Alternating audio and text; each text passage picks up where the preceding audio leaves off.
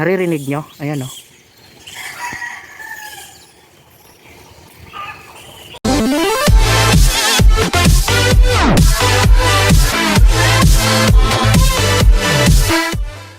Papunta tayo ngayon sa Kasabangan, Masbate. So may pupuntahan tayo doon.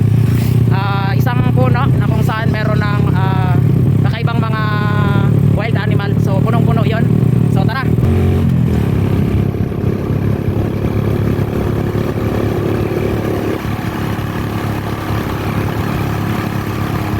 So malayo-layo pa yung ating pupuntahan. So grabe, tatlo kami. Dalawa ang kasko.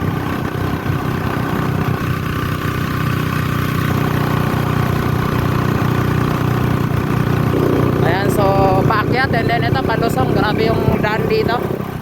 First time ko makapunta sa lugar na to. Part siya ng PUP Corpus Masbate. So grabe, ayan oh. Ayan, palusong doon. Ako, ang lalim. Wait lang. Ang lalim, wala tayong preno. Layo pa naman, wait lang. Oh, layo.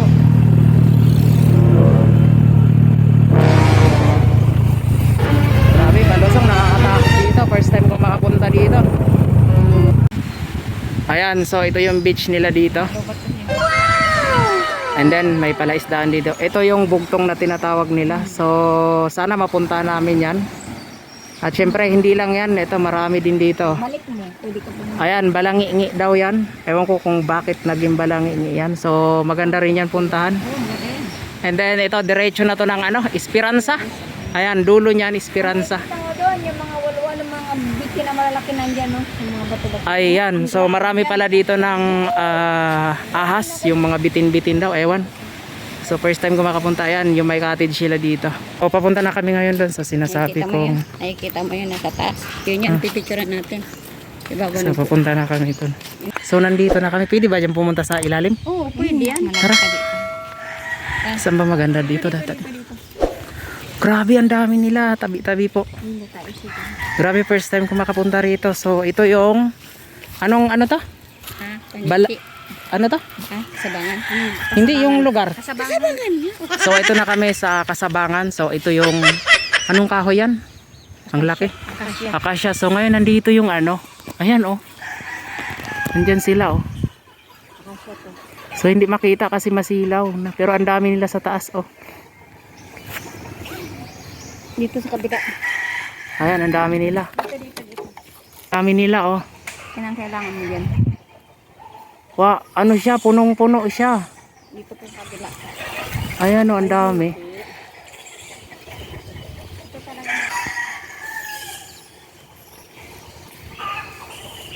Dami nila oh.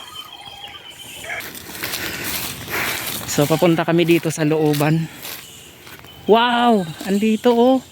Pe, di ka. Ang dami nila dito oh. Yun oh. Oh, grabe oh. Ayan oh. Ayan yun. Ayan oh, punong-puno ng Oh my God! Grabe, ang dami nila.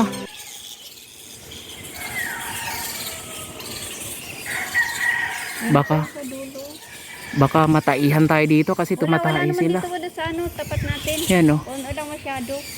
Dito pala sila naka Puno na inaanuhan niya. Grabe oh. Ano kasi to, parang talaga no? Malaking kagubatan.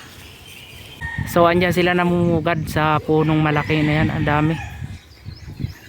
Ang laki din ng punong kahoy na yan no? Tapos ito, meron dito sila ng inuman ng baka oh. So ginawa ng inuman ng baka. And then ito yung pinakaloob niya. Tapos diretso tayo dito. Yan. Andito yung mga baka. So yung mga baka na yan ay hindi nakatali. Mga bakang gala. Ayan oh. So pakita lang natin kung anong meron dito. Grabe, ang daming punong kahoy. So wag na tayong lumapit. Ayan, may alaga silang baka dito.